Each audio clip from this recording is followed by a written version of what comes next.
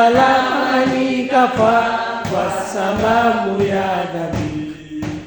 Yesu anapenda wababa. Nani anapenda wazee? Yesu, msalaba nikafa kwa sababu ya dhambi. Yesu anapenda wazee. Nani anapenda watu wote? Yesu, msalaba nikafa kwa sababu ya dhambi. Yesu anapenda watu wote. Yesu anapenda watu wote. Ninaomba kila mmoja ukaweze kukaa, na unapokaa ninataka ufunge macho pale ulipo. Ndio umefunga macho kabisa kabisa. Nitahesabu 1, 2, 3. Ndio umefunga macho yako. Alafu nitakuuliza swali. 1, 2, 3. Fungua macho yako. Swali ninakuuliza. Wakati ule ambapo ulikuwa umefunga macho yako, ni nini kile umeona? Giza. Umeona giza kabisa. Na kuulizaje, kama ingekuwa maisha yako yote ni kuishi kwenye giza namna hiyo, unafikiria hiyo maisha yako yamekuwa yako namna gani? Je, yangekuwa ni maisha ya kupendeza? Yangekuwa ni maisha ya kufurahisha kweli? Bila shaka yangekuwa ni maisha ambayo ni ya kusikitisha na magumu. Leo nataka tuende tukaone mtu ambaye maisha yake yote aliishi gizani, na huyu mtu mwingine jina lake aliitwa Bartimayo mwana wa Timayo.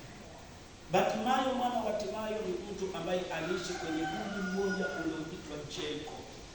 Jeriko ni mji ambao ulikuwa una uzuri wote, ulikuwa unapendeza, una mambo mazuri, lakini Bartimayo maisha yake yote hakuwahi kushuhudia kitu hicho kwa huo muda hata siku moja, kwa sababu alikuwa haoni. Yeye alikuwa ni kipofu, na hakuna kazi nyingine angeweza kuifanya kipofu yule. Hivyo kila asubuhi Bartimayo alikuwa anabebwa, anapelekwa mpaka kwenye njia kuu ya kuingia na kutoka Jeriko. Hapo ndipo anakalishwa. Kazi yake ilikuwa ni moja, kila siku, saidia masikini, saidia, nihurumie. Yaani mtu kipofu kweli anaweza kuona? Mtu kipofu, hebu inuka kila mtu jifanye kana kwamba ni kipofu. Bartimayo unaambia kusaidia, funga macho yako, fanye kile unaomba, sema saidia,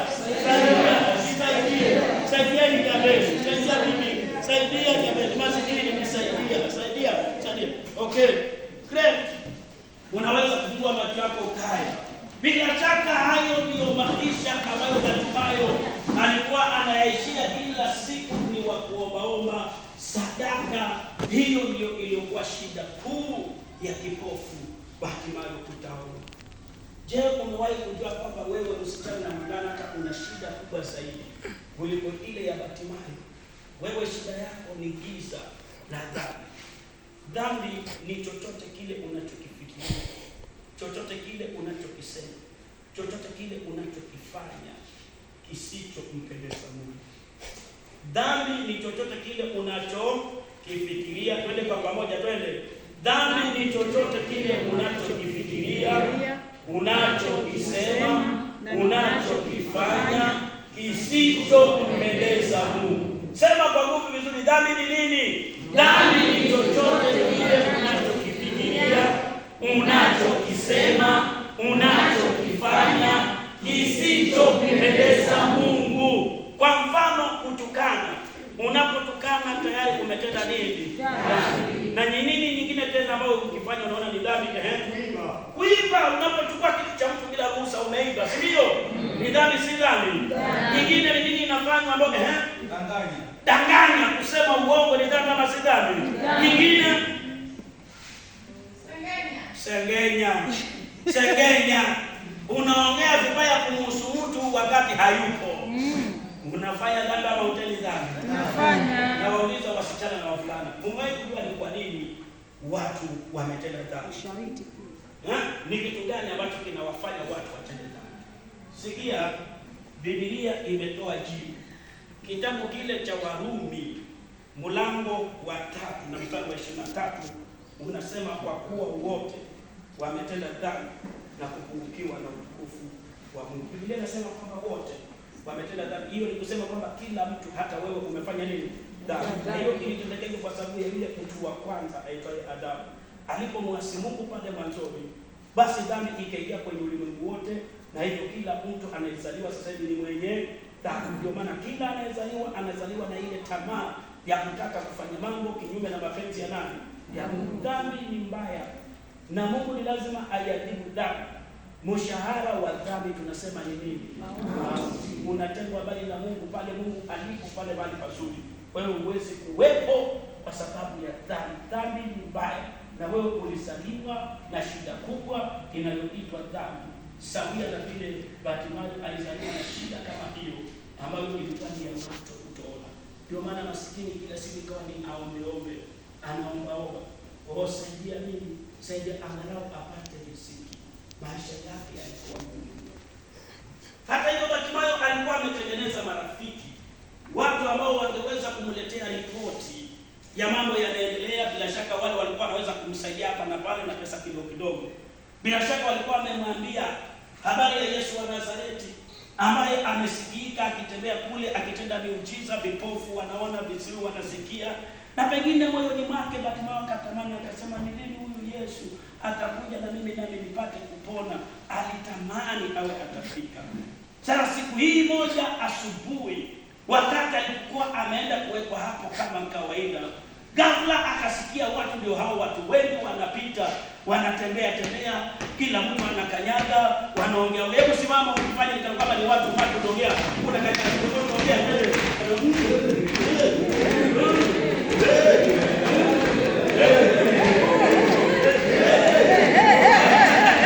Watu walikuwa wanatembea, unaweza kukaa, wanatembea wakiongea na hawana shughuli na yeye. Bartimayo akauliza, jamani, kuna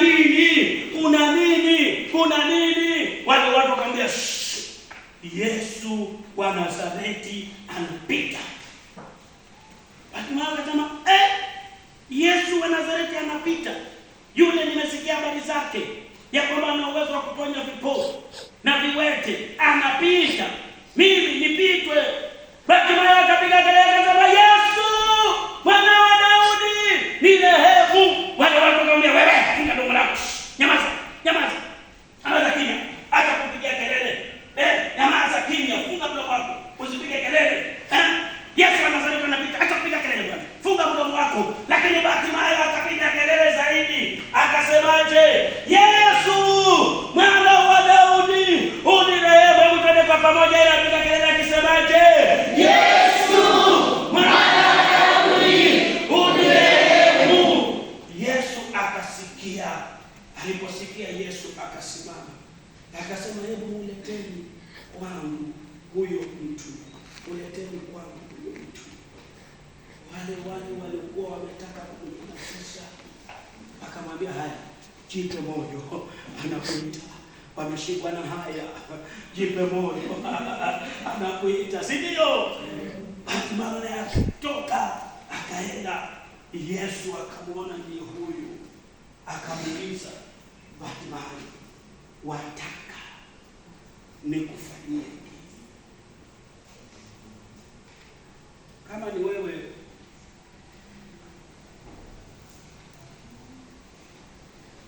ungefikiriaje? Kwanza fikiria ile jambo la kwamba alisimama Yesu.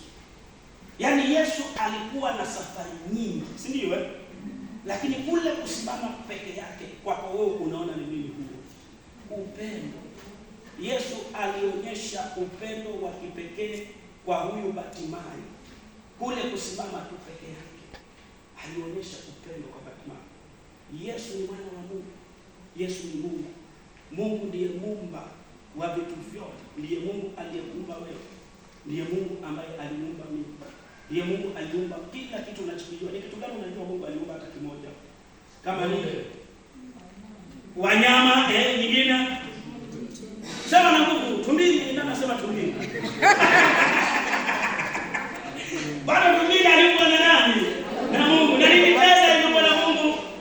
Aliumba mwanadamu. Mwanadamu yule aliyekuumba wewe na mimi ni nani? Ni Mungu. Na Biblia inasema kwamba anakupenda sana. Anakupenda sana. Anakupenda sana. Yohana 3:16 Biblia inasema hivi, kwa maana jinsi hii Mungu alikupenda ulimwengu. Ulimwengu ni watu wote, wewe na mimi. Mungu anakupenda sana. Alikupenda ulimwengu hata akamtoa nani? Mwanawe wa pekee, ili kila mtu amwaminie asipotee, bali awe na uzima wa nini? Wa milele. Je, Mungu anakupenda? Ndio, anakupenda sana. Mungu anakupenda. Geukia rafiki yako mwambie, mimi ninapendwa na Mungu. Sema na malengo nayo mwambie,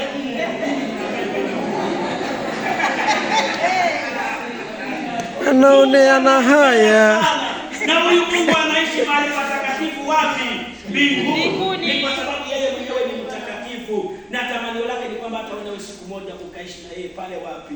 Mbinguni. Mbona unapendwa wewe? Mungu anakupenda jamani, kama vile alivyompenda Bartimayo, akasimama akasema na alipoletwa akamuuliza, wataka nikufanyie nini? Kama ni wewe ungesema ungetaka ufanywe nini? Ninataka lolko. Unasema ninataka utajiri, si ndio? Wewe unataka gari, si ndio? Unataka nini? Nataka gari. Nataka nini? Nataka nyumba. Nataka nini?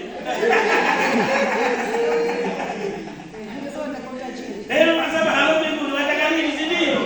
Ungesema ninataka vitu vya dunia hii, lakini Bartimayo akasema ninataka kuona.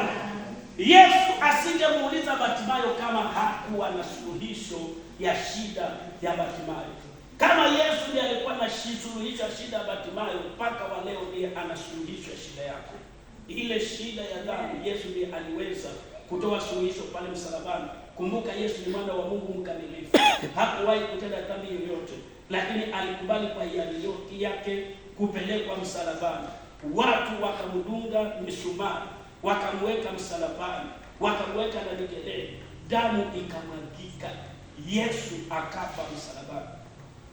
Biblia inasema kwenye kitabu cha Waebrania ya kwamba hiyo damu ya Yesu iliyomwagika ndio ina uwezo wa kuondoa dhambi zetu. Waebrania 9:22 inasema pasipo kumwagika kwa damu hakuna ondoleo la dhambi. Kwa hiyo ilikuwa ni muhimu Yesu afe mwenye haki, asiyekuwa na hatia, ili kupitia kwa damu yake kila anayemwamini apate ondoleo la nini? Yesu alikufa, ndio, alimwaga damu yake, akazikwa, lakini siku ya tatu akafufuka. Yesu yu hai. Yeye ndiye ana uwezo wa kukuondolea shida yako ya dhambi. Vivyo hivyo ndivyo alivyokuwa na uwezo wa kumwondolea shida yake Bartimayo. By the way, wakati huu hata Yesu alipotoka Yeriko alienda Yerusalemu, ambako ndipo alienda akasulubishwa, akafa kwa ajili ya wanadamu wote. Yeye ndiye alikuwa na suluhisho, ndio maana akamuuliza, wataka nikufanyie nini? Naye Bartimayo akasemaje? Nataka kuona. Alisema nini? Nataka kuona. Nataka kulikani kama Bartimayo umefunga macho sasa ndio hapo. Unataka nini? Nataka kuona. Yesu akamgusa akamwambia, pokea kuona. Imani yako imekuponya. Mara hiyo macho ya Bartimayo yakafunguka. Bartimayo akasema naona. Naona wewe. Naona. Bartimayo akaanza akarukaruka akimfuata nani? Yesu. Huku akimtukuza nani? Mungu. Hivyo shida yake Bartimayo ikawa imetatulika. Bartimayo hakuishi tena kwenye giza, akawa amepokea uponyaji wake. Ngoja nikwambie hivi, msichana na mvulana, hata wewe unaweza kuacha kutembea kwenye giza la dhambi leo. kama tu ukijua ya kwamba ulizaliwa kwenye shida ya dhambi, lakini Yesu alikufa kwa ajili ya dhambi zako. Na siri ni moja, ni kumwamini Bwana Yesu. Kitabu kile cha Matendo ya Mitume mlango wa 16 mstari wa 31 inasema mwamini Bwana Yesu nawe utaokoka. Kumwamini Yesu ni kukubali wewe ni mwenye dhambi, jambo la kwanza. Pili, kuamini kwamba Yesu alikufa pale msalabani kwa ajili ya dhambi zako. Tatu, umkaribishe mwenyewe ndani ya moyo wako, umwambie karibu ndani ya moyo wangu, uniondolee dhambi zangu ili niweze kuishi vile unavyotaka. Je, ungetaka kumwamini Bwana Yesu kwa mara ya kwanza siku ya leo? Kila mmoja inamisha kichwa chako. Inamisha kichwa chako. Funga macho yako. Kama uko pale na unataka kumwamini Bwana Yesu kwa mara ya kwanza siku ya leo, kumwambia Yesu, nakubali mimi ni mwenye dhambi. Ninaamini kwamba ulikufa msalabani kwa ajili ya dhambi zangu, na ninaomba leo hii uingie moyoni mwangu ili uniondolee dhambi zangu zote, ili niweze kuishi maisha yanayokupendeza. Kama ndivyo unavyosema, nyosha mkono wako wa kuume, ishara ya kusema kwamba nataka kumwamini Yesu. Kama uko pale na unataka kumwambia Yesu leo hii, asante kwa ule mkono unainuliwa. Kama uko pale mkono naona unainuliwa, kuna watu wanainua mikono, kuna watu wanainua mikono. Okay, hebu niangalie ni kila mmoja. Fungua macho yako niangalie, fungua macho yako niangalie. Umeniangalia? Fanya hivi. Kama umeinua mkono wako, wakati tukimaliza hivi sote, wewe utakuja hapa hizi viti hapa mbele. Nitakutana na wewe, nitakushauri jinsi vile unaweza kumwamini nani? Yesu. Sikia. Bartimayo alimfuata Yesu huku akimtukuza. Hiyo ni kusema ya kwamba kama wewe umeokoka, una jukumu la kufanya, na wewe nawe unaweza kuamua ya kwamba maisha yako yote utakuwa ni mtu wa kuyatenda mapenzi ya nani?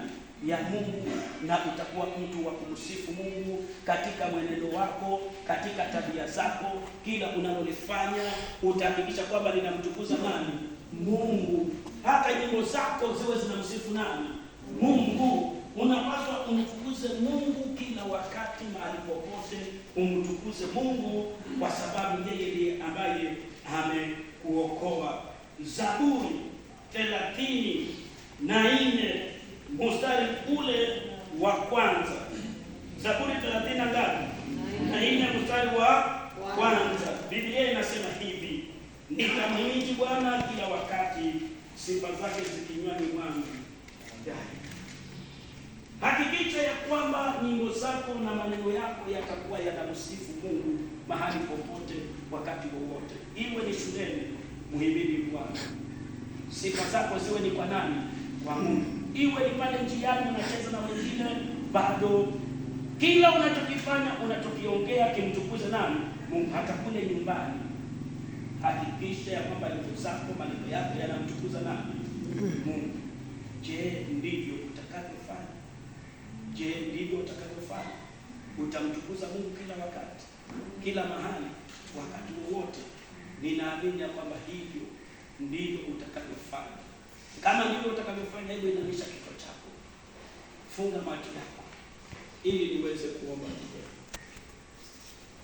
Baba Mungu, katika jina la Yesu ninashukuru kwa sababu ya kipindi hiki tumekuwa nacho. Tumekuwa mwema kwetu, umetusaidia kutoka tulipoanza, tumelisikia neno lako Bwana, umetufundisha. Tusaidie kwamba maisha yetu yawe ya kukutukuza wewe kila wakati, mahali popote, tukakufuata wewe, tukakusikiliza neno lako, tuyatende mapenzi yako, na Bwana maisha yetu yakawe mwangaza katika ulimwengu huu. Ninawaombea watu hao watakapotoka na kwenda sehemu mbalimbali, Bwana kawahifadhi, kawatetee, kawapiganie, na yale wamejifundisha yasiishie hapa, lakini yakaendelee siku zote kufanya kazi maishani mwao.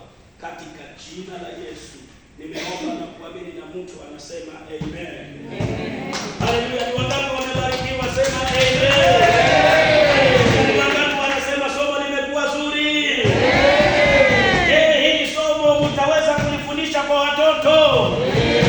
Je, masomo haya unaona yanasisimua ama hayasisimui? Hii training mnaionaje? vizuri?